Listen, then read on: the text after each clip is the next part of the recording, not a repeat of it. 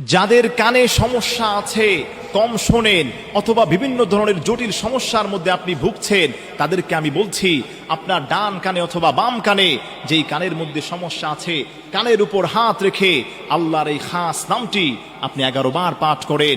11 বার পাঠ করে কানের মধ্যে হাত রেখে আপনি ফু দেন। আল্লাহর কসম খেয়ে বলি, এক সপ্তাহে আমলটি করতে পারলে আল্লাহ পাক কানের সমস্ত সমস্যা থেকে আল্লাহ পাক হেফাজত করবেন।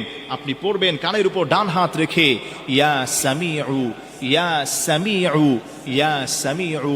আল্লাহর এই খাস নামটি আপনারা সবাই পড়তে পারেন।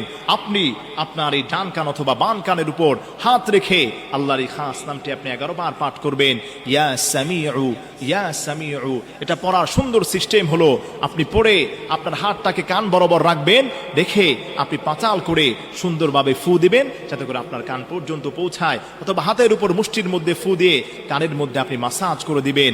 এক সপ্তাহ করতে পারলে আল্লাহ পাক কানের যাবতীয় জটিলতা থেকে, অনেকের কান পেকে যায়, অনেকের কানের মধ্যে বিভিন্ন সমস্যা দেখা যায়, কম শুনে অথবা দেখা যায় বিভিন্ন সমস্যার কারণে, আপনি নিয়মিত করতে পারলে আল্লাহ পাক আপনাকে হেফাজত করবেন।